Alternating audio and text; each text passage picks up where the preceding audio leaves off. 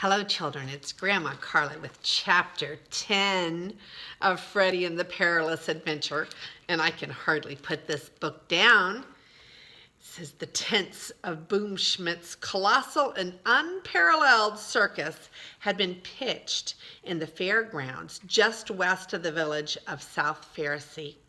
Freddy and Jinx saw the flags flying a long way off, and then as they came closer, they saw the big tent with the little tents around it, the red and the gold wagons and the crowds of people.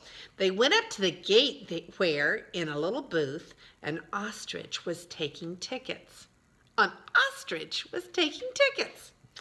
There was one thing about Mr. Boomschmidt's circus that was different from every other circus, and that was that the animals weren't locked up in cages, but were allowed to mingle with the customers and even did a good deal of the work, usually done by attendants.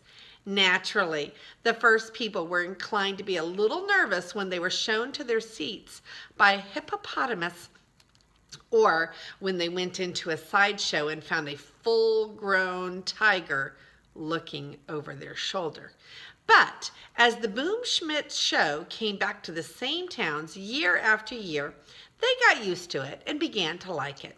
And when mothers saw their children being chased by a leopard or a hyena, they didn't scream and carry on, but just smiled happily and said what fun they have, to be sure. And it was a very good arrangement all around. Freddy and Jinx got in line and moved to the gate. "Hello, Oscar. How are you?" said Freddy. But the ostrich just looked at him and said, "Tickets, please."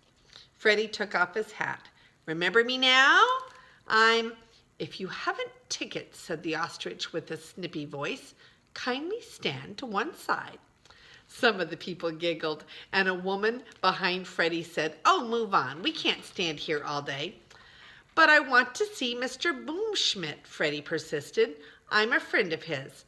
I'm Freddy, the pig that—" "I see you're a pig," said Oscar, "but Mr. Boomschmidt isn't hiring any more talent. We have all of the trained animals we need for the show. Now kindly step aside, or I shall have to use force."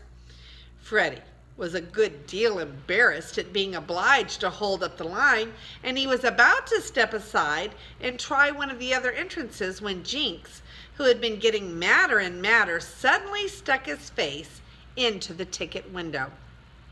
"Oh," he said, "so you want to pretend you don't remember us, eh? Well, it's all right with us.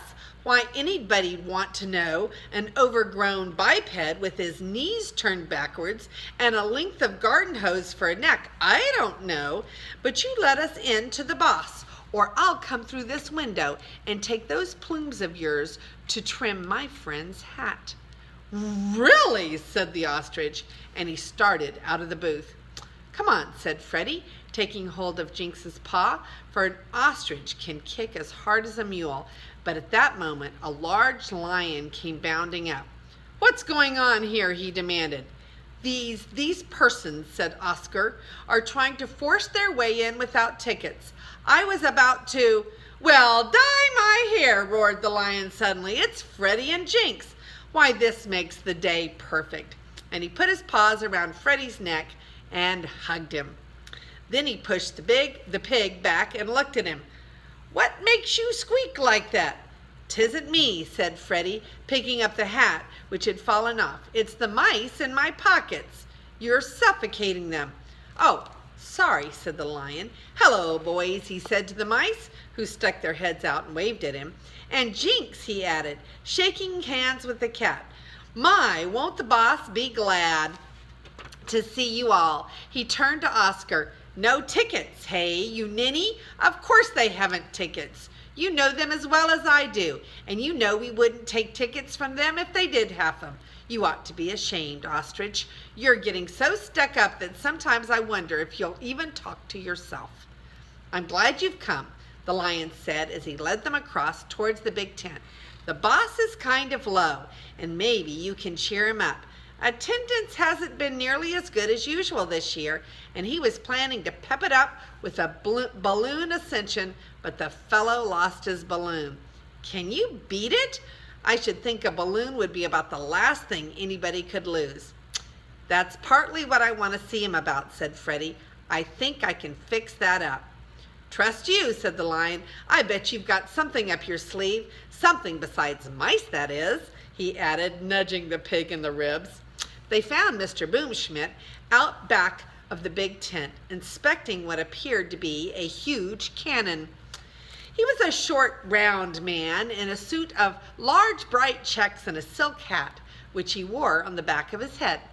"Hey, Chief! Company!" called the Lion. Mr. Boomschmidt looked up and then hurried over to meet them with his hand outstretched. "Jinx!" he exclaimed. "Well, this is a pleasure. And this other gentleman—" "No, no, don't tell me. Why, upon my soul, it's Freddy. In disguise, of course. Detecting somebody, I suppose. Well, I should never have known you, Freddy." "You did know him, though, Chief," said the Lion. "Eh," said Boomschmidt. "Of course I knew him. What I meant was, if I hadn't, I wouldn't have." "Don't be so technical, Leo. My goodness, you two have come in just at the right moment. Tell them that they have come at just the right moment, Leo." "The boss means that maybe you can think of something to do with this cannon," said Leo. "We got it a couple of years ago, and every performance Bill Wonks used to get into it and be shot out into the net. But last Thursday, when the boss loaded it, he got too much powder in, and it shot Bill right over the big tent and into the window of a house across the road. There was a woman doing her washing in the house, and Bill landed in a tub of hot suds. He was kind of mad about it." "I don't exactly blame him," said Jinx. "He was clean for once, though, anyway," said Leo. "But he won't do it anymore, and we can't get any more volunteers." "Why do you have to shoot anybody out of the gun?" said Freddy. "You've got a good enough show without that." "That's just the point," said Mr. Boomschmidt. "You see, our show is mostly animal acts, but animal acts isn't enough. We've got to have at least one act that is dangerous, or at least looks that way.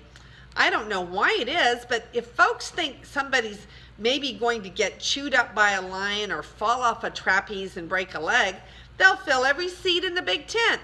"My goodness, why is that, Leo?" "No, never mind. Don't tell me. I want to finish what I was saying. Oh dear, where was I?"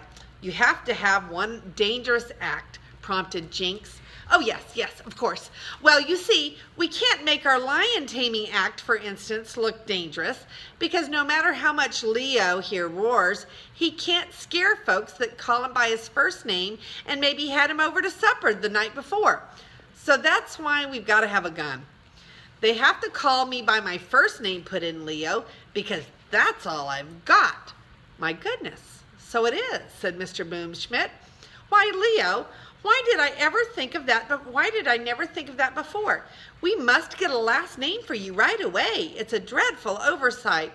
How could people write letters to you or—" He stopped. "There, now I've lost my place again," he said. "I wish you wouldn't keep getting me off the track," said Leo. He pushed his hat back and scratched the front of his head thoughtfully. And then he pushed the hat forward and he scratched the back of his head. And then he said, "Oh yes, the gun, wasn't it? Well, when Bill struck, I had to find something else to look dangerous, and I hired a man named Gulcher to go up in a balloon. But my goodness, then it turns out he hasn't got a balloon after all. So then I tried to get some volunteers to be shot out of the gun, and that was a funny thing, and I don't know quite how to explain it. We had 9 volunteers, but every one of them was an elephant or a rhino or some animal too big to go into the gun at all. And none of the animals who were small enough volunteered at all. My goodness, how do you explain that? Are big animals braver than little animals, or—" "I can explain it, Chief," said Leo. "Well, don't. You'll get me off again, and I want to finish. Now, where was—oh, yes. Well, I did get some small volunteers, 5 young blackbirds. I hired them, and we had all of the arrangements made. We were going to shoot them into that big tree over there, load them into the gun, point it at the empty tree, bang, tree full of birds. Instead of shooting birds out of trees, we shoot them into trees. Wasn't it a good idea?" "Well, Leo, you tell them what a good idea it was." "You tell them, boss," said the Lion. "It was your idea." "Well," said Mr. Boomschmidt, "it was, anyway. But just as we were all ready, the bird's mother came over, and my, what a rumpus she made about it. She said I had no business to hire young innocent birds, hardly out of the nest, for such dangerous work. And she said she was going to have the law on me because they were all minors. He stopped and thought a minute. Now that was a funny thing to say, wasn't it? I never thought of that until this minute. Minors indeed. I guess I know a miner when I see one. He has a little lamp on his hat and a pickaxe and a dirty face. Now, what did she mean? I think she meant minors, Chief, with an O, meaning that they're too young to work. With an O, said Boomschmidt.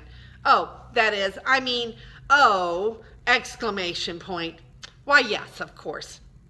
Well, I'm glad to have that cleared up. It bothered me. But anyway, then we couldn't use them. Could we, Leo? So there we were. I don't suppose either of you two would like to be shot up in a gun? No, said Jinx and Freddy together. Well, I thought maybe you wouldn't. Dear me, it's very annoying. If that man Gulcher hadn't gone and lost his balloon, said a pig stole it. Can you imagine that? I can't. Even Leo can't. And he's got a wonderful imagination. Yes, I can too, Chief, said Leo. You remember Gulcher said it was kind of a special pig. Oh my goodness, of course I remember. He said it was a talking pig. He said it came from...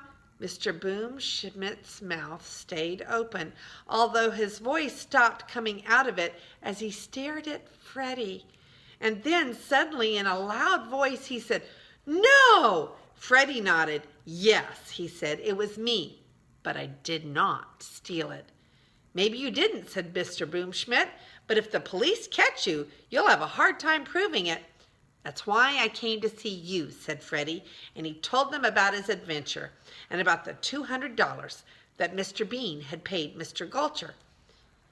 Now, he said, if I could get the balloon over here in time for Mr. Gulcher to go up in it tomorrow, you'd pay him his $200 for it, and he would give it back to Mr. Bean, $200, and everyone would be satisfied.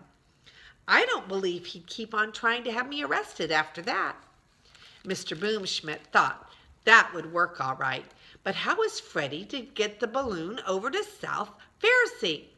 I thought maybe you'd lend me a couple of elephants, and we could go over for it after dark, and then they could tow it back. Why, we'd be glad to, Freddy, wouldn't we, Leo? I don't usually like to have the elephants go on the road after dark because they're so careless about remembering to carry lights. The last time Louis was out at night, a big truck ran into her. Was she badly hurt, said Jinx. Oh, it didn't hurt Louise, but it broke one of the truck's wheels and I had to pay for it. But if you see that they keep their lights on, it'll be all right. Look, boss, said Leo, Gulcher's around somewhere. Suppose I go and see if he'll agree to this. Don't tell him I'm here, said Freddy. Oh, there's another thing. You can tell him that as an added feature to make the ascension a success, I can lend him 4 mice who are parachute jumpers. I brought them along because I thought he'd like the idea. You leave it to me, said the lion. And boss, he added, you'll have to get out of here. The evening show's going to start, and you have to lead the parade. Jinx and the mice thought that they would go in and see the show, but Freddy felt that he ought to keep out of sight until things were settled. So Mr. Boomschmidt took him into his private office. This was just one of the houses on wheels that the circus people lived in, and all it contained was a very large and comfortable bed, which Mr. Boomschmidt slept, and a very small and uncomfortable chair before the desk in which Mr. Boomschmidt worked. The chair didn't look as if it was used very much. At one end of the room was an oil painting of Mr. Boomschmidt's mother, and at the other end an oil painting of Mr. Boomschmidt himself, except that Mr. Boomschmidt had on a silk hat and Mrs. Boomschmidt had on a bonnet. You couldn't tell them apart. Freddy was pretty tired after his long, hot walk, and so he took off his silk hat and he lay down on the bed, and Mr. Boomschmidt covered him with an afghan. Over in the big tent, he could hear the hurrahs and the loud hand clapping and the ta-ra, ta-ra, oompa, oompa of the band. It was all very pleasantly far away and soothing. And the next thing he knew, somebody was shaking his shoulder, and Leo's voice was saying, "Hey, Freddy, wake up. You've got to get out of here." And this is Grandma Carla, and we are done with chapter 10. And here's a picture of the ostrich taking tickets for the show. You see the ostrich's rear end, but the ostrich's head is out the other side.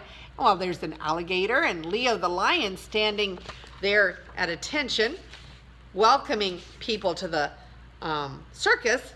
And then here's Leo recognizing Freddy in his getup there, and Leo says, "Well, dye my hair." And that is the end of that chapter. And next time we will be on chapter 11. This is Grandma Carla, and I love you.